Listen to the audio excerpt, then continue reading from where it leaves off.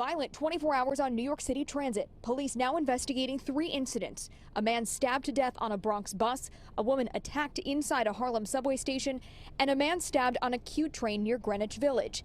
It all comes just over 1 week after Tommy Bailey was stabbed to death on an L train. His brother, Kurt Mayers, is now pushing for action. There's more that needs to be done. For something like that to happen, it doesn't make sense to me. If you ask longtime New Yorkers, many will insist that transit is more dangerous now than it was in the 80s and 90s. It's worse today than it ever was. Yes, it is. Worse. They got to implement the old way. They got officers here walk in, they beat. But is that actually true? Dr. Keith Taylor is a criminal justice professor at John Jay College and 23-year veteran of the NYPD. In terms of the sheer numbers, we are very much different than what occurred decades past. In 1981, an LA Times report cites almost 16,000 transit felonies in New York City. According to the New York Times, in 1990, the number dropped to 14,000.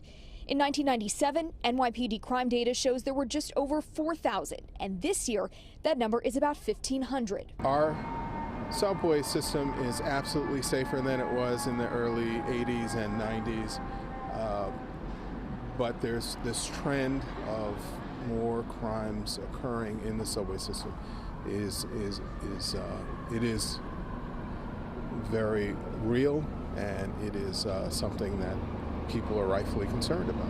Transit crime is up almost 42% this year over last. It's still a far cry from the crime of the 80s and 90s, but Dr. Taylor says the numbers mean nothing if you're constantly exposed to videos of subway crimes. Access to information about crime and about victims that exists, it does I think have a serious effect on the general public.